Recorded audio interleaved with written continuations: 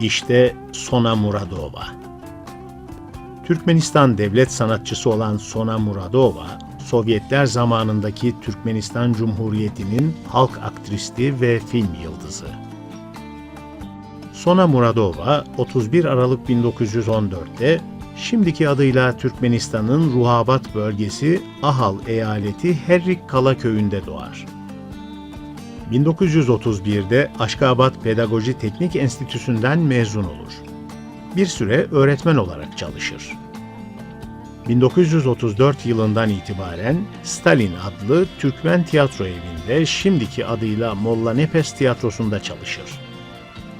Daha sonra aynı yerde 1955-1960 yılları arasında müdürlük ve 1966-1974 yılları arasında Sovyetler Birliği'nde milletvekili olarak görev yapar. Üretken sanat yaşamı boyunca birçok tiyatro eserinde rol alan Sona Muradova, başarılarıyla da zaman zaman ödüllendirilir. 1951'de Stalin Ödülü, 1955'te Sovyetler Birliği Halk Sanatçısı unvanı verilen Muradova, ayrıca Kızıl Bayrak nişanıyla da onurlandırılır. 1941-1945 Büyük Savaş yıllarında savaşta çektiği zorluklara katlandığı için ödülü hak etmişti. Sona Muradova, Türkmenistan'ın birçok onur belgesine sahip oldu. Sona Muradova, Türkmenistan'ın baş oyuncusu ismini hak etmiştir. Sona Muradova denildiğinde dünyada ve Türkmenistan'da tanımayan yoktur. Bunlar kendi devrinde 60 senedir çalışan insanlardır. Kendini gösteren, seyircilere kendini tanıtan insanlar. Bunlar bizim hocalarımız, bizim ustalarımız. Bunlar hakkında anlatacak, söylenecek o kadar çok şey var ki. Sona Muradova iyi insandı, iyi bir kadındı. Bir şey sorduğumuzda narin bir şekilde tıpkı anne gibi cevap verirdi. Sahnede bir yanlışlık olduğunda onu belli etmeden kapatan oyunculardan biridir. Bunlar bizim hocalarımız. Biz ölünceye dek bunlardan razıyız. Sona Muradova'nın çalıştığı dönemler Enecan Oraz Muradova'nın dediği gibi zor bir devirdi. Açlık, zorluk, imkanlar kısıtlı ama şu an Allah'a şükür Başbakanımız sağ olsun saray gibi yerde çalışıyoruz. O devirde öyle bir şey olmadı. İmkanlar çok kısıtlıydı. Sonra o zorluğu geçmeyi başaran bir kadındır. Kerbabayev'in Kararlı Bir Adım adlı eserinde Aknabat rolü, ona 1951'de Sovyetler Birliği Devlet Ödülü kazandıran Muhtarov'un Alan ailesindeki Pike rolü, Brunova ve Amanova'nın Keymir Kerin'deki Ogli Bostan, Atadyanov'un Kuşinski Kalesi'ndeki Zamanın Annesi, Muhtarova'nın Kim Suçlu eserindeki Dursunova karakteri, Shakespeare'in Otello'sundaki Emilia ve Gorki'nin Vassa Zeleznova adlı eserindeki Vassa rolleri Sona Muradova'nın başlıca tiyatro oyunlarındandır. Aslında bakarsanız Türkmen sanatını yükselten bunlardır. Senin de dediğin gibi az önce saydığın sanatçılar Türkmenistan'da sanatın temelini oluşturuyor. Bunların yaptıkları sadece Türkmenlere değil, diğer ülkelere de örnek olacak işlerdir. O zamanlar Ostrovsky, Shakespeare eserlerini de canlandırmışlardır.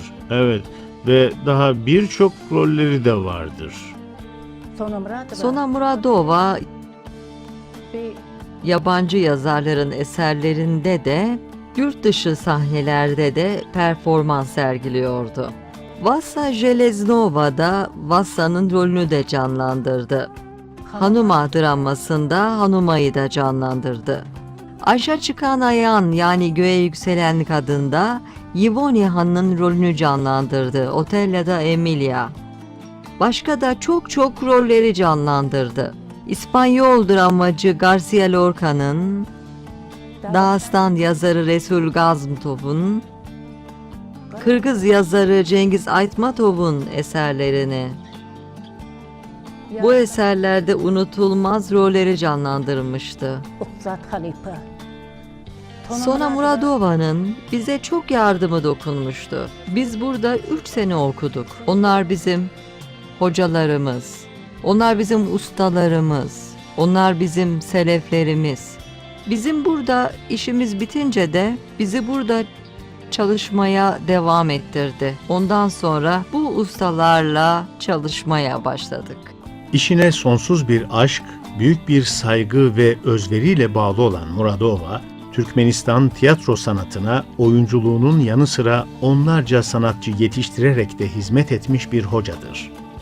Aslında hocalık ona hiç de yabancı değildir. Ne de olsa pedagoji eğitimi almış ve çalışma yaşamına başlangıçta öğretmen olarak atılmıştır. Daha sonra kendisini her şeyiyle adadığı tiyatroyla yollarının kesişmesi ise pek de ilginç değil aslında. Çünkü Sona öğretmenliği seçmişken kardeşi Şura tiyatrocu olarak yolunu seçmişti. Sona Muradova'nın bir kardeşi var. Adı Şura Muradova'dır. Şura Muradova ile Sona Muradova ikisi beraber sokağa çıktıklarında herkes onlara "Kardeş misiniz? İkiz misiniz?" diye sorardı. Hem Sona Muradova hem Şura Muradova ile halkımız ve devletimiz gurur duyuyordu.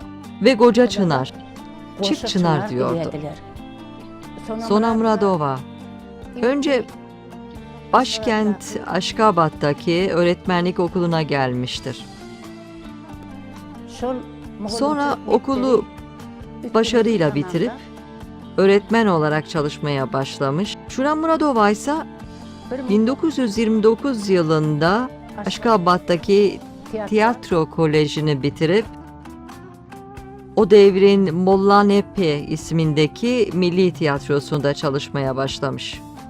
Sona Muradova öğretmen olarak çalışırken ablası Şura Muradova ise güzel güzel roller sergileyip seyircileri kendine hayran bırakmaktadır.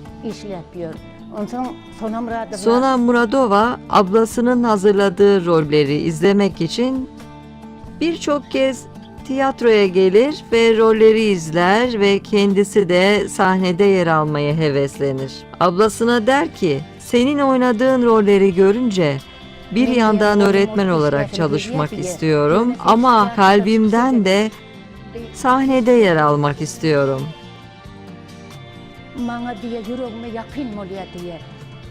Sen tiyatronun müdürleriyle bir görüşsen, bir sorsan beni tiyatroya almazlar mı ki? En azından sahneye alışırdım diyor.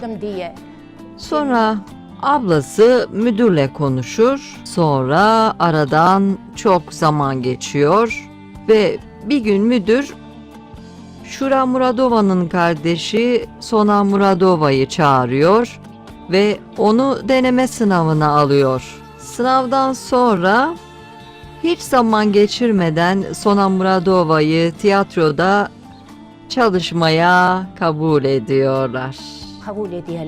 Bugün Türkmenistan'ın son derece önemli ve saygın birçok aktör ve aktristi onun öğrencisi olarak Muradova'yı hep saygı ve hayırla anıyor. Ama merhametli ve yardımsever kişiliğiyle Muradova onlar için bir hocadan çok daha öte anlam taşıyor. Sona Muradova çok şefkatli bir kadındı. Sona Muradova ile turnelerde beraber olduk.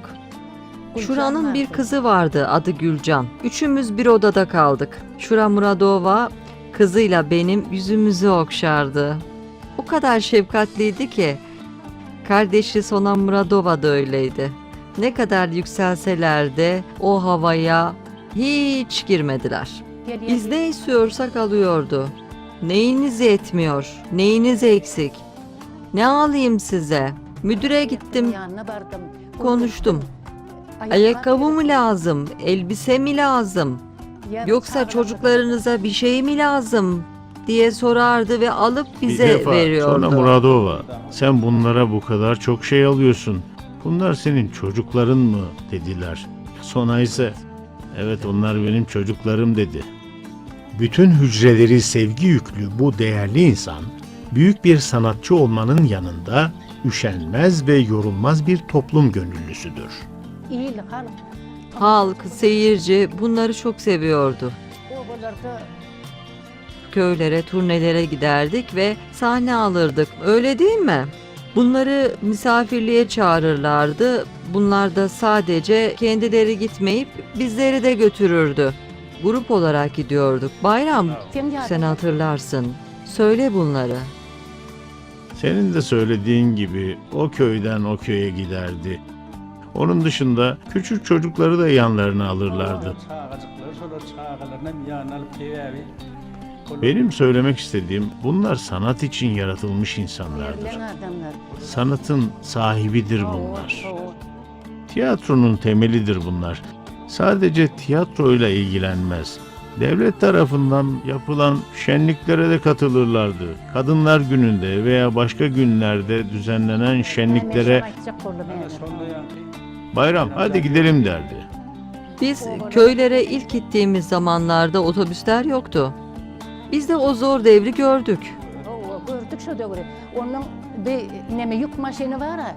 Yük maşini Kamyonlara tiyatro dekorlarını ve yatakları yüklüyorlardı. Onların üzerine de battaniyeler koyarlardı. Sona var, Van Babayeva var, Fahriye Aliyeva, Tiyaç Bibi Gafurova. Tiyatro Sona için tutkulu bir aşk, hatta daha da öte varlık sebebi olmuş kısa bir süre içinde. Tiyatrosuz bir hayat düşünemez bile. Türkmenistan tiyatrosunda derin izler bırakan Sona, oyunculuğu, hocalığı, yardımsever kişiliği kadar iyi bir idareci olmasıyla da anılmaktadır. İşsiz oturmayı hiç sevmez. Tiyatroda düzeni çok severdi ve 35 yaş civarlarında tiyatronun müdürü oldu. Uzun yıllar tiyatronun müdürü olarak çalıştı. İkinci kez de müdürlüğe seçilmişti ve gece de olsa bizi kontrol etmeye iş yerine gelirdi.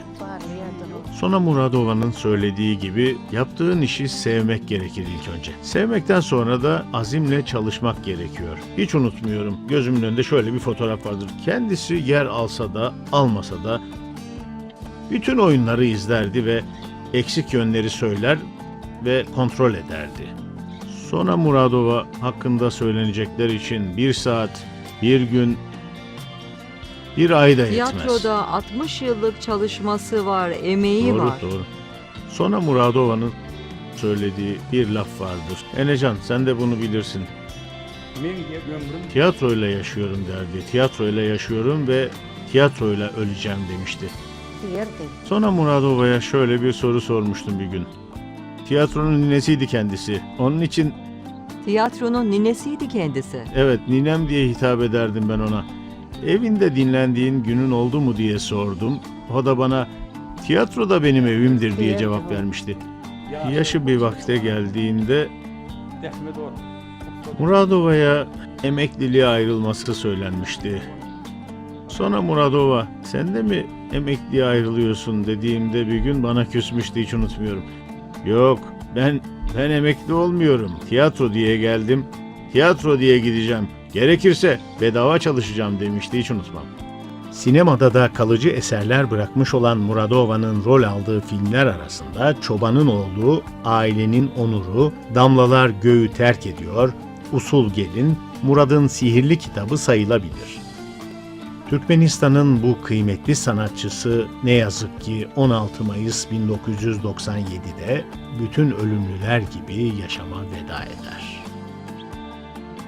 En son rolünde Feysulfanov'un sahne oyun ismi 7'nin annesi rolünde sahne almıştır. Ben o oyunda oğlu postacı Kemal rolünü canlandırdım. Kemalcan neydi?